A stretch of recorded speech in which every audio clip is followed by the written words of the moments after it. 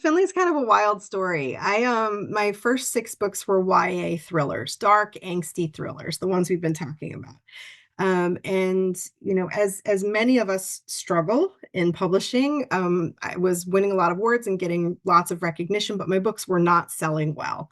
And I had been dropped by several publishers. I was pretty sure that my career in writing was over. I thought, well, now I guess might be a time to go back and um, consider reactivating my real estate license and where do we go from here kinds of questions. And I happened to be um, having lunch with 2 of my critique partners. We get together once a year for a retreat, and over lunch we brainstorm. And I was working on what I was pretty sure was going to be, one of the very last books I would ever be paid to write. And it was a dark thriller with lots of murdery themes. And we were in a very crowded Panera Bread having lunch brainstorming the plot of this book, and I knew someone needed to die in the book. I wasn't entirely sure who. It's a tough choice figuring out which secondary characters need to go. And so this was the conversation we were having is, who needs to die and how does it happen and what happens after? What is the aftermath of this choice? And it occurred to us very late in the conversation that the woman at the table beside us had probably been eavesdropping, and so she got up and abandoned her lunch and walked out of the restaurant, and we laughed so hard because we thought she didn't know who we were or really the context of what we were talking about. The things she must have assumed about us were horrible. So someone had posed the question, wouldn't it have been hilarious if she had assumed you were contract killers? And that was sort of the beginning, the light bulb moment for me when I first came up with the idea for the story about Finlay Donovan. Was Finlay is a struggling romantic suspense novelist who is overheard having a conversation with her literary agent in a crowded restaurant over lunch when someone assumes she's a killer for hire and actually offers her a paid gig and says, "Will you off my husband for a lot of money?" And so that was sort of the lightning bolt behind the story. That was when it first came to me. And then I had convinced myself that this was not a story I was qualified to write. It was very outside my wheelhouse. It's dark comedy, but it's comedy. And it's mystery, but it's a different audience. I had been writing for young adults for a long time. And this is definitely a story about and for grown-ups. It's for everybody, but it's about a grown-up. It's about a mom with 2 small kids who gets mistaken for a contract killer and gets herself into a situation where she's embroiled in the kinds of murder mysteries she's writing about. And so it was very, very different than anything I had written before. And I had sort of told myself, um, that it was probably not a story that would work. And so I kind of got back to my roots and just playing and writing for the joy of writing and writing for myself. And there was no contract, there was no expectations. It was just me and the laptop and a couple free hours a week, and that was the beginning. These are just fun books. Just like fun is really the best adjective to describe these books. They're fast moving, they're lighthearted. If they're murdery stories, but this lighthearted murder, I don't know. They're just fun. They're rompy. They're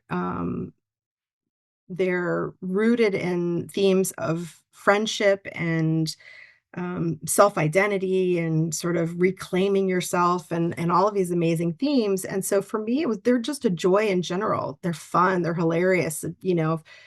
It's kind of the same joy I imagine the creators of, like, I Love Lucy would have had, like, creating these 2 women who are maybe making some poor choices, but love each other unconditionally and have a great time together. It was sort of that kind of joy for me creating these books. It's so special, and I think that's really the most special part of these books is what people really, really love is this amazing partnership, this friendship between Finley and Vero. Vero is her children's nanny.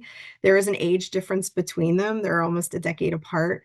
They're very, very different personalities. They are unlikely partners, but they were sort of forced in this situation when Vero accidentally walked in on Finley committing a crime. And there were some decisions to be made in that moment, was she going to run and report Finley to the police, or were they going to work together on this? And so throughout the story, this relationship, this nanny mom partnership evolves into something that is really an unconditional friendship. And they truly are partners in crime, but they're partners in everything, and everything from raising the children and taking care of each other to navigating these criminal activities that are happening all around them and in some cases by them. And so, but it was so much fun. I'd never envisioned this being the story of 2 women. It sort of happened, once I wrote Vero into that scene to this day, I could probably say is one of the only scenes I've ever written in all, 13 books I've written, is the only scene I've ever written that came out unscathed after editing. Like, I mean, I knew the moment that I finished that chapter that this character was going not just a side character, but she was going to become sort of a mast. This friendship would become the mast of the series. And it did. And it's been a delight. It's been an absolute delight. And in much the same way that Thelma wouldn't be amazing without Louise and we can look back and see all of these amazing Lucy and Ethel and all of these amazing female partnerships where they get in over their heads sometimes, but there's nothing they wouldn't do for each other. And it's the same kind of relationship that we have with Finlay and Vero. Finlay Donovan Rolls the Dice is probably, for me, was the most fun book I've ever written. I've never had that much fun writing a book. And I like to think it shows on the page. It is a wild adventure of a story. We never let up from the moment the story begins. I never let off the gas in this book, and Finlay and Vero get themselves in the wildest situations. I just had a lot of fun with this one, and it was a little bit like a field trip for me too. We plucked the characters out of their natural environment in the suburbs, and we took them on a road trip. And it was fun to see where the characters took this story. And I don't think that we didn't leave out any shenanigans in this book. I mean, it was just so much fun to put together, and I can't say anything without spoiling something in the book, but suffice to say, it was the wildest Finlay Donovan adventure yet, and it was probably my most fun to write. Speaking for myself too, the reason most people put books down is they stop caring. And so our challenge, I think, as an author is to make readers care. There has to be a so what. They have to be invested. They have to want something for this character as badly as your character wants it for themselves to invest I mean, time is a precious commodity. And there's so many things pulling our attention in so many different directions. There's so many other things, other forms of entertainment we could be consuming. And it really does, I think, come down to making the readers care. And for me, that's about meaningful stakes. And we talk about the stakes being really, really high. The stakes are super high in this book, but I think it's more important that those stakes are deeply meaningful for these characters. We have to feel them. We have to feel how important they are to this character, and we have to want them for that character as badly as the character wants them for themselves, whether it's safety for their family, in Finley's case, her children or her whole world, holding on to those children and keeping them safe. That's a pretty big motivator that a lot of people care about. Protecting our friends and our family, that's something we can sort of all relate to. And so we have a lot of really wild things happening. We've got mobsters, and we've got dirty cops, and we've got a mystery happening, and we've got dead loan sharks, and we've got all of these things happening in the story. But at the end of the day, none of it matters if the stakes in those situations don't root back to, will Finley's family be safe? And do we care about that family? Will her relationship survive this? And do we love this relationship enough to cheer for it and turn the pages to see if they will? So I think those are just important things that throughout the story, no matter how wild things get on the page or how quiet things get on the page, because we have our quiet moments too, that they all have to pull their weight. They all have to mean something, and they all have to make the reader sit forward and care. In the first book, Finley has two romantic choices.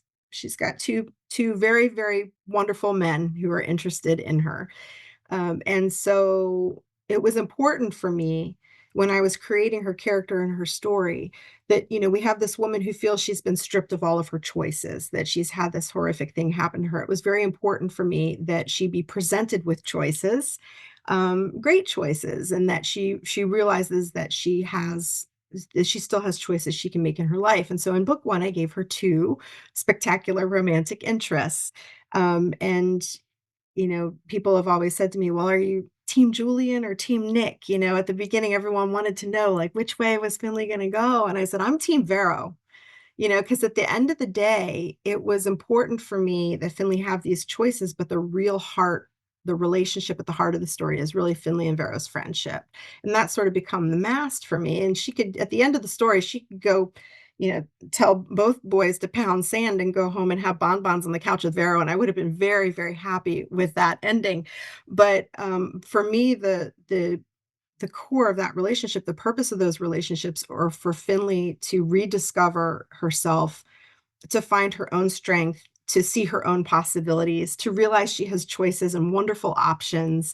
And so I gave her two. And as the story has evolved, that romantic interest has veered in one specific direction that I'm really, really happy with. And I love seeing her growth as a character and his growth as a character as they're sort of navigating the trials of, how does someone who's been, whether or not willingly and always wanting to be embroiled in a criminal world, balance a relationship with a man of the law. And so, there have been there's been a lot of fun tension to explore. But I think the most gratifying thing has been watching Finley's personal growth through that. And I think we have a lot of readers who identify with her, maybe not from divorce situations, but the whole idea of a woman reinventing herself, rediscovering herself at this point in her life.